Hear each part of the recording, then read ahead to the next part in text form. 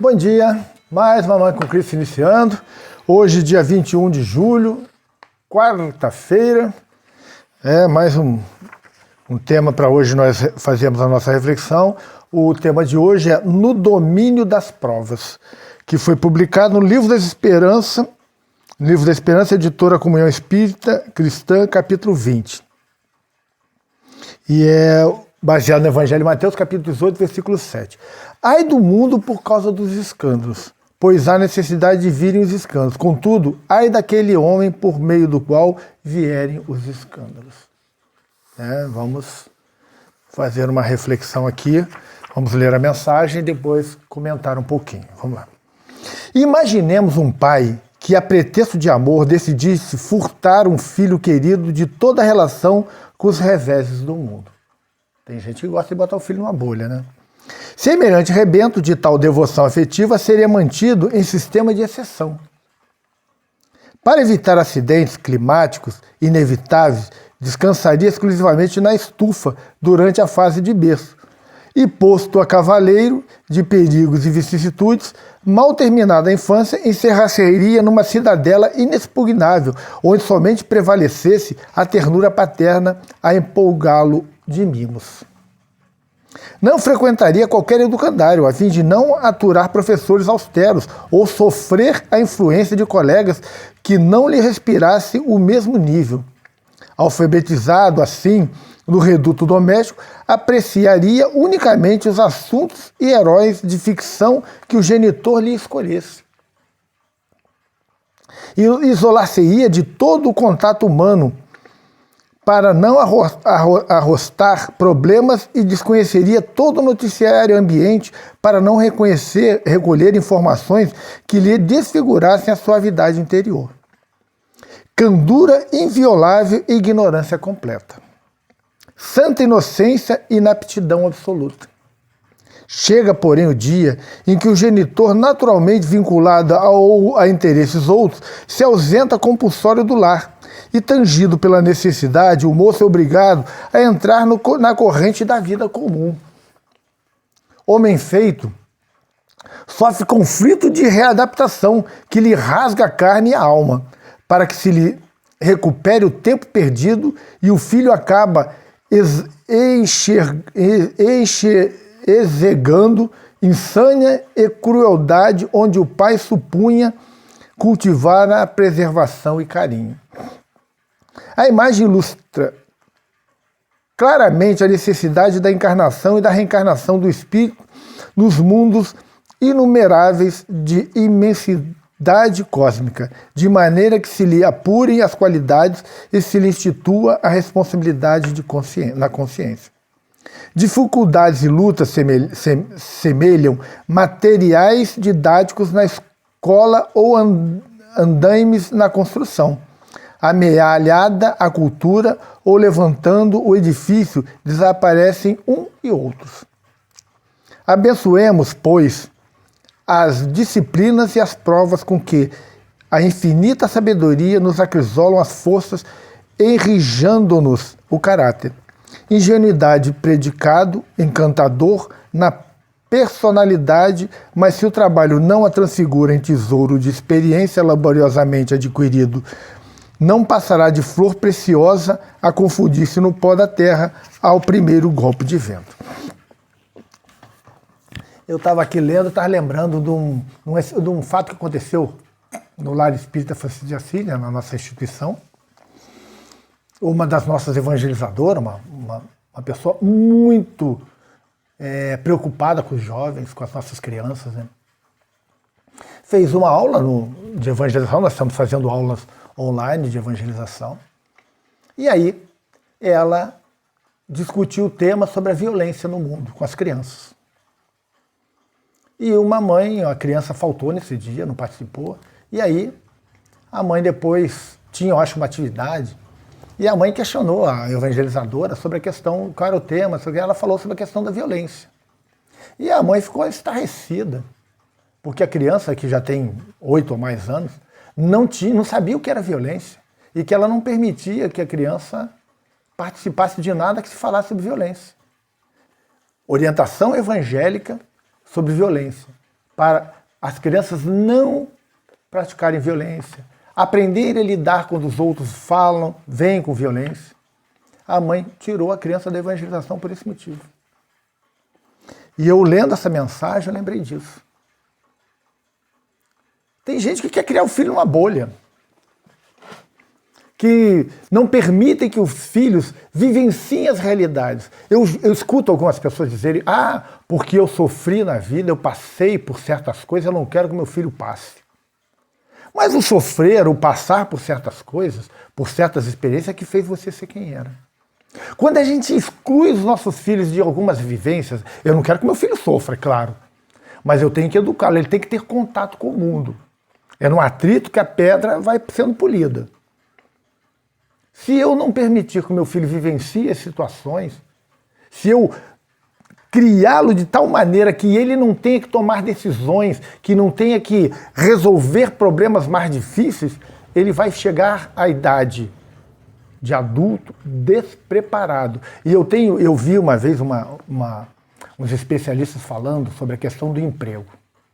Eles dizem que a grande maioria dos jovens são mandados embora dos seus trabalhos não por falta de capacidade, mas porque não sabem lidar com dificuldade, com pressão, com o outro, porque os pais criaram uma bolha.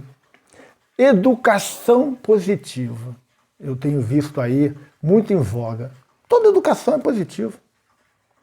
Mas eles alegam que você não pode constranger a criança. Você não pode ter autoridade sobre a criança. Você tem que se colocar no nível da criança. E sem autoridade é difícil educar, gente. Uma criança, ela precisa respeitar a autoridade dos pais, porque quando ela for lidar com o mundo, ela vai lidar com a autoridade também. Vai aprender a ter autoridade, vai lidar com a autoridade também.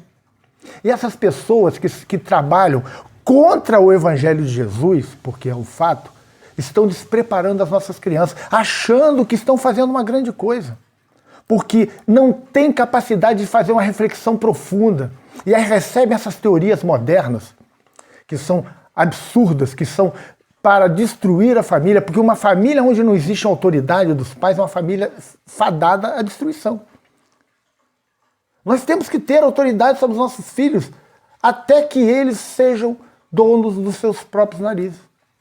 Eu falo sempre, come do meu pão, segue a minha religião, segue aquilo que eu ensino. Porque eu quero o bem do meu filho. Eu estou passando informações éticas e morais para o meu filho. Eu digo para ele o que é certo, eu digo para ele o que é errado. E ele na escola, no convívio com os amigos, ele está vivenciando situações onde ele pode praticar aquilo que eu tenho falado e vivenciar as situações sobre aquilo que eu tenho falado. Se nós não fizermos isso, se não permitirmos que os nossos filhos amadureçam, essa história de que, eu não posso dizer para o meu filho assim, isso que você está fazendo está errado.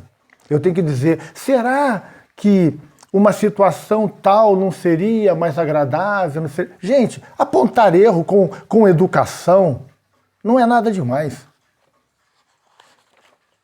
Eu vi uma vez uma pessoa exemplificando num livro, dizendo que a criança não arruma o quarto, você tem que chegar no quarto e dizer assim, como está bonito seu quarto arrumado e o quarto está numa bagunça. Isso é o quê? Ironia? Eles dizem que isso é educação positiva, isso é ironia. Ou é falta de personalidade de dizer para o filho que o quarto está desarrumado, que é a obrigação dele manter lá arrumado? Então a gente tem que ter muito cuidado. E se a gente não educar os nossos filhos, se nós não dissermos o que está certo, se nós não colocarmos ele de castigo quando ele cometer erros, nós não estaremos preparando nossos filhos para o mundo. Eu tenho visto pessoas fazendo esse tipo de educação e isso só vai destruir a humanidade. Só vai destruir a família. O núcleo, a célula principal da humanidade é a família. E eles querem destruir a família. Hoje já está se dizendo, se estão ensinando, inclusive em algumas escolas, o poliamor, que a monogamia é coisa dos nossos avós e da religião. Isso tem que ser ultrapassado. Temos que ter relação com várias pessoas. Significa não ter uma família. Você vai manter sexo com vários... Assim... E eles dizem o seguinte, você pode manter sexo com pessoas do mesmo sexo que você e com sexo oposto, fazer miscelânea. Isso é o poliamor, é o amor moderno. Isso não é amor, gente, isso é depravação. Isso é vulgaridade. Isso é destruir o núcleo que Deus criou, que é a família. Família é uma criação de Deus. E nós temos que preservar. A família judaico-cristã é obstáculo para muitas pessoas, porque elas querem acabar com o mundo. O mundo, para se regenerar, ele tem que ter um núcleo forte, que é a família. O mundo onde as pessoas passam a manter o sexo como se fossem animais, se relacionando com todos que se apresentam, isso é um absurdo. Isso é regredir. São espíritos que estão vindo lá das áreas umbralinas, tendo a última oportunidade e que estão pregando isso, porque eles estavam acostumados com esse tipo de coisa e querem transformar isso em normalidade. E não é normal. Me desculpem, mas isso não é normal. Então, é difícil, gente, mas temos que ter muito cuidado. Temos que ter muita perseverança. E esses escândalos, eles são necessários que apareçam, que nós vivenciemos esses escândalos. Escândalos são provações, são dificuldades. Mas ai daqueles que criam essas provações e criam essas dificuldades. E ai daquele que não deixa os filhos vivenciarem as coisas da vida para que aprendam, amadureçam e consigam caminhar por si próprios. Vamos à nossa prece para que encerremos o nosso Manhã com Cristo de hoje. Pai nosso que estais nos céus, santificado seja o vosso nome. Venha a nós o vosso reino. Seja feita a vossa vontade, assim na terra como nos céus. O pão nosso de cada dia nos dai hoje. Perdoai as nossas ofensas, assim como nós perdoamos a quem nos tem ofendido. Não nos deixeis cair em tentação, mas livrai-nos do mal. Amém. Se você chegou até aqui, se gostou da nossa reflexão, dê seu like, compartilhe nas suas redes sociais, compartilhe nos seus grupos do WhatsApp, mande para os seus amigos, convide a se inscrever no nosso canal. Se você também não é inscrito, se inscreva. Se você está chegando pela primeira vez aqui, meu nome é Paulo Guedes, eu sou teólogo, sou estudioso do Evangelho, sou espírita, e médium espírita, e gosto de conversar sobre o Evangelho. E todas as manhãs, 7 horas da manhã, a gente conversa aqui sobre o Evangelho. Faz uma reflexão sobre uma passagem, psicografia do Chico Xavier, uma mensagem do Emmanuel, e aqui a gente tenta esclarecer e levar isso de forma mais objetiva a todos. Que Jesus possa nos abençoar. Até amanhã, se Deus quiser.